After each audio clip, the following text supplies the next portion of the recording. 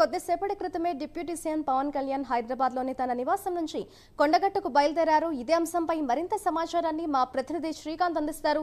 శ్రీకాంత్, చెప్పండి. హైదరాబాద్ లోని తన నివాసం నుంచి అయితే డిప్యూటీ సీఎం పవన్ కళ్యాణ్ అయితే కొండగట్టుకు బయలుదేరారు. కొండగట్టులో కూడా అటు జనసేనకు సంబంధించిన నేతలు కూడా భారీగా అయితే ఏర్పాట్లు చేశారు. డిప్యూటీ సీఎం రాక నేపథ్యంలో ఓవరాల్ గా దీనికి సంబంధించిన డీటెయిల్స్ ఏ విధంగా ఉన్నాయి శ్రీకాంత్? సేనాని రాక కోసం జనసేన కార్యకర్తలంతా కూడా పెద్ద ఎత్తున వేచి చూస్తున్న ఇప్పటికే జగిత్యాల జిల్లా యంత్రాంగం భారీ బందోబస్తును అంటే మొదటిసారిగా సీఎం హోదాలో మొదటిసారిగా పవన్ కళ్యాణ్ కొండగట్టుకు రానున్న నేపథ్యంలో భద్రతా బలగాలు కూడా పెద్ద ఎత్తున మోహరించారు.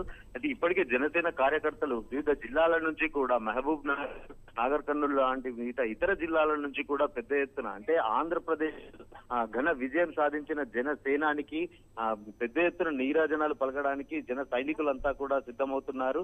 తెలంగాణలో సైతం జనసేనను భవిష్యత్తులో మరింత ముందుకు తీసుకెళ్లే విధంగా కూడా ప్రణాళికను రూపొందిస్తున్నారు. తమ నేతను అంటే విజయం వరించిన అనంతరం డిప్యూటీ సీఎం హోదాలో కొండగట్టుకు మొక్కులు చెల్లించుకోవడానికి వస్తున్న తమ అభిమాన నేతను ఏదైతే వాళ్ళంతా కూడా కన్నులారా చూడాలంటూ కూడా పెద్ద ఎత్తున కూడా చేరుకుంటున్న పరిస్థితి అయితే నెలకొంది.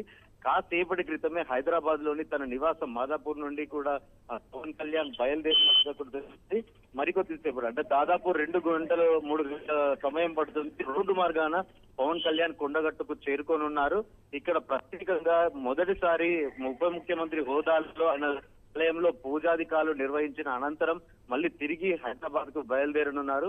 ఇప్పటికే అభిమానులు అంతా కూడా పెద్ద ఎత్తున కొండగట్టుకు చేరుకుంటున్నారు. కొండగట్టు పుణ్యక్షేత్రం